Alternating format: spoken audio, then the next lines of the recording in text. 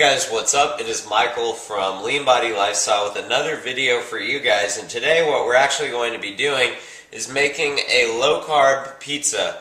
And the whole thing with the low-carb pizza, I don't know if you guys watched my last episode. I'll put a link in the description where we actually made a low-carb rice out of cauliflower. And today we're going to do the same thing, and it's also kind of like the same process as the last video.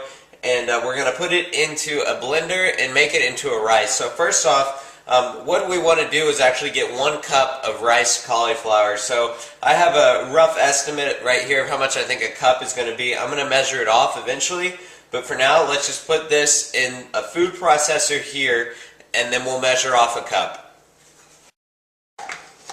And we'll just go ahead and turn this on here.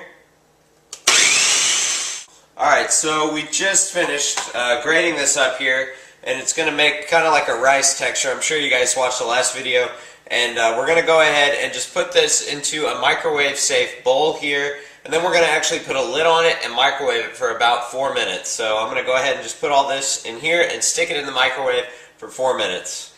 Alright, so our cauliflower here is cooked up and it's ready. We're going to start to make the dough. And like I said earlier, we're going to measure out 1 cup of this in a measuring cup just like this, and then we're going to add it into a bigger bowl to mix it all.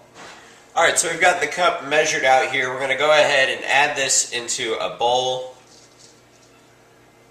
And then also with this you could add 1 egg, but I'm going to use egg beaters. Either one is perfectly acceptable, and I'm just going to measure out about 1 egg with the egg beaters here.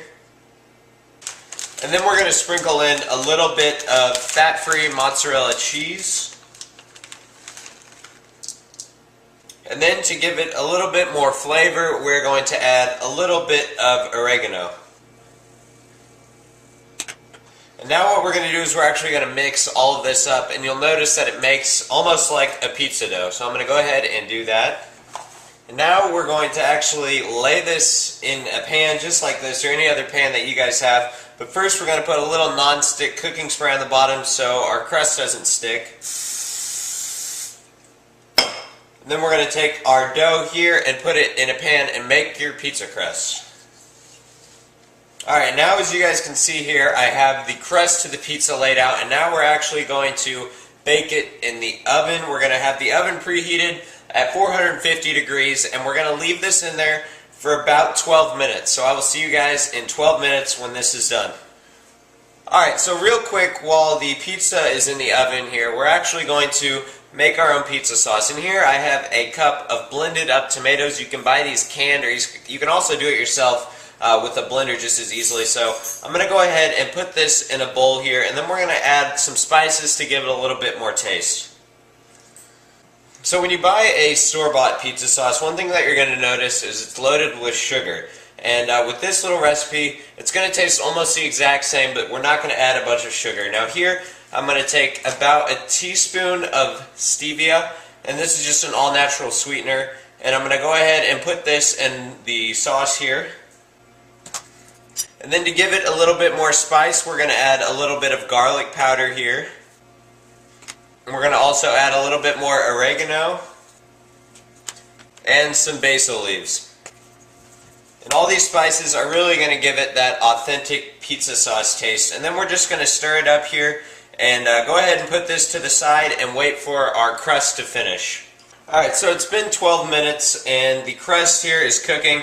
It smells good, and it looks like it's about ready. And what we're going to do now is we're just going to take our sauce and go ahead and put a little bit on top, and this is really all preference, how much sauce you want, and kind of just customize it to your liking. And now here I have some shredded cheese. It's actually fat-free mozzarella cheese, and there's a little bit of cheddar just to give it some more variation.